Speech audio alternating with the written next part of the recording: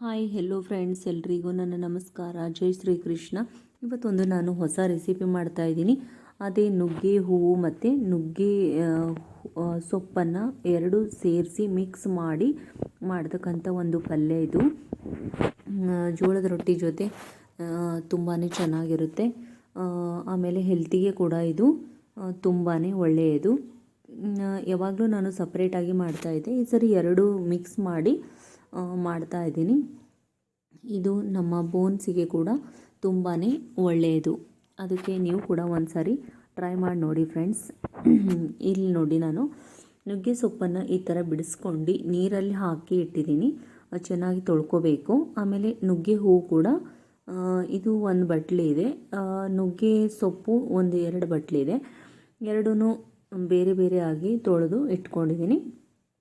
ಇವಾಗ ನಾವು ಒಂದು ಬಾಣಲೆನ ಸ್ಟೋವ್ ಮೇಲೆ ಇಟ್ಬಿಟ್ಟು ಅದಕ್ಕೆ ಒಂದು 2 ಚಮಚ, ದೊಡ್ಡದು ಚಮಚ ತಗೊಳ್ಳಿ, 2 ಚಮಚ ಆಯಿಲ್ನ ಹಾಕ್ಕೊಳ್ಳಿ. ಆಯಿಲು ಬಿಸಿ ಆಗಬೇಕು. 2 ಚಮಚ ಆಯಿಲ್ನ ಹಾಕಿದ್ದೀನಿ. ಇವಾಗ ನಾನು ಇದಕ್ಕೆ ಒಂದು ಅರ್ಧ ಚಮಚ ಸಾಸಿವೆ ಕಾಳನ್ನು ಹಾಕೋತಾ ಇದ್ದೀನಿ. ಆಮೇಲೆ 1 ಚಮಚ ಜೀರಿಗೆನ ಹಾಕೋತಾ ಇದ್ದೀನಿ. ಇದು ಚಟಪಟ ಅಂತ ಸಿಡಿತಾ ಇರುತ್ತೆ. ಆವಾಗ ನಾವು ಒಂದು ಸ್ವಲ್ಪ ಕರಿಬೇವು, ಒಂದು 3ರಿಂದ 4 ಒಣಮೆಣಸಿನ್ಕಾಯಿ, ಆಮೇಲೆ ಕರಿಬೇವು ಸೊಪ್ಪು, ಕಡಲೆಬೇಳೆ ಮತ್ತು ಉದ್ದಿನಬೇಳೆ 1 ಚಮಚ ತೊಗೊಂಡಿದ್ದೀನಿ. ನೀವು ಬೇಡ ಅಂತಂದರೆ ಸ್ಕಿಪ್ ಮಾಡ್ಕೊಳ್ಳಿ ಫ್ರೆಂಡ್ಸ್. ನೋಡಿ ಈ ಥರ. ಆಮೇಲೆ 2 ಈರುಳ್ಳಿನ ನಾನು ಕಟ್ ಮಾಡಿಕೊಂಡು ಇದರಲ್ಲಿ ಹಾಕಿ ಇವಾಗ ಚೆನ್ನಾಗಿ ಮಿಕ್ಸ್ ಮಾಡ್ಕೋತಾ ಇದ್ದೀನಿ. ಆಮೇಲೆ ಬೆಳ್ಳುಳ್ಳಿ ಕೂಡ ಕಟ್ ಮಾಡಿಕೊಂಡೆ ಹಾಕ್ಕೊಂಡಿದ್ದೀನಿ ನಾನು. ನಾವು ಬೆಳ್ಳುಳ್ಳಿ ಮತ್ತು ಶುಂಠಿ ಪೇಸ್ಟ್ನ ಹಾಕೋತೀನಿ ಅಂದರೆ ಆ ಥರ ಕೂಡ ಹಾಕೋಬೋದು. ಒಂದು ಸ್ವಲ್ಪ ಫ್ರೈ ಆದಮೇಲೆ ಇದಕ್ಕೆ ನಾನು ನುಗ್ಗೆ ಸೊಪ್ಪನ್ನು ತೊಳೆದಿಟ್ಟಿದೆ ಅಲ್ಲ, ಅದನ್ನು ನೀರಲ್ಲೇ ಹಾಕಿಟ್ಟಿದ್ದೆ ನಾನು. ಹಾಗೆಯೇ ಇವಾಗ ಅದನ್ನು ನೀರಿಂದ ತೆಗೆದುಕೊಂಡು ಇದರಲ್ಲಿ ಹಾಕೋತಾ ಇದ್ದೀನಿ. ಹಾಕ್ಕೊಂಡ್ಬಿಟ್ಟು ಇವಾಗ ಒಂದು ಸ್ವಲ್ಪ ಫ್ರೈ ಮಾಡಬೇಕು. ಈ ಥರ ಎಲ್ಲ ಚೆನ್ನಾಗಿ ಮಿಕ್ಸ್ ಆಗಿದೆ.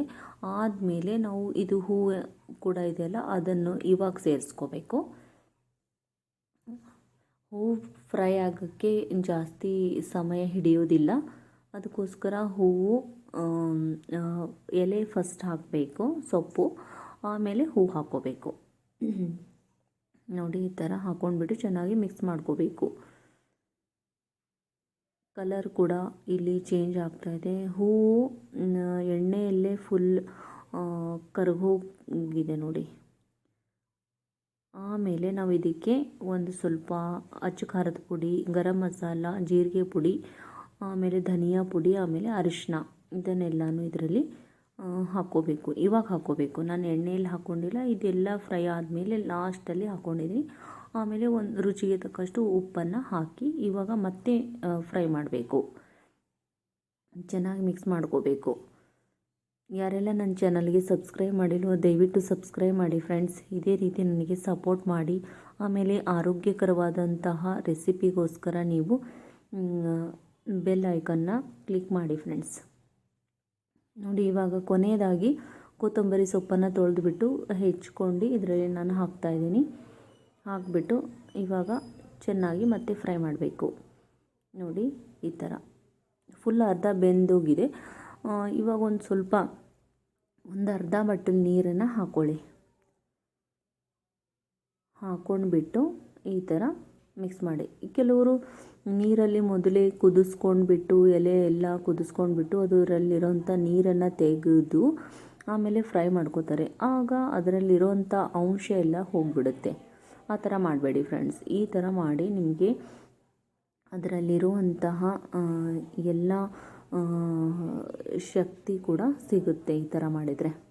ಇವಾಗ ಕೊನೆಯದಾಗಿ ನಾನು ಶೇಂಗಾ ಪುಡಿನ ಮೊದಲೇ ಹುರಿದು ಕುಟ್ಕೊಂಡು ಇಟ್ಕೊಂಡಿದ್ದೆ. ಅದನ್ನು 1 ಚಮಚ ಹಾಕಿ ಮಿಕ್ಸ್ ಮಾಡಿ 1 ನಿಮಿಷ ಬೇಯಿಸ್ಬೇಕಷ್ಟೇ. ಇವಾಗ ನಮ್ಮ ನುಗ್ಗೆ ಸೊಪ್ಪು ಮತ್ತು ನುಗ್ಗೆ ಹೂವಿನ ಪಲ್ಯ ರೆಡಿ ಆಯಿತು. ಈ ವಿಡಿಯೋ ಇಷ್ಟ ಆದರೆ ಲೈಕ್ ಮಾಡಿ, ಶೇರ್ ಮಾಡಿ, ಕಮೆಂಟ್ಸ್ ಮಾಡಿ.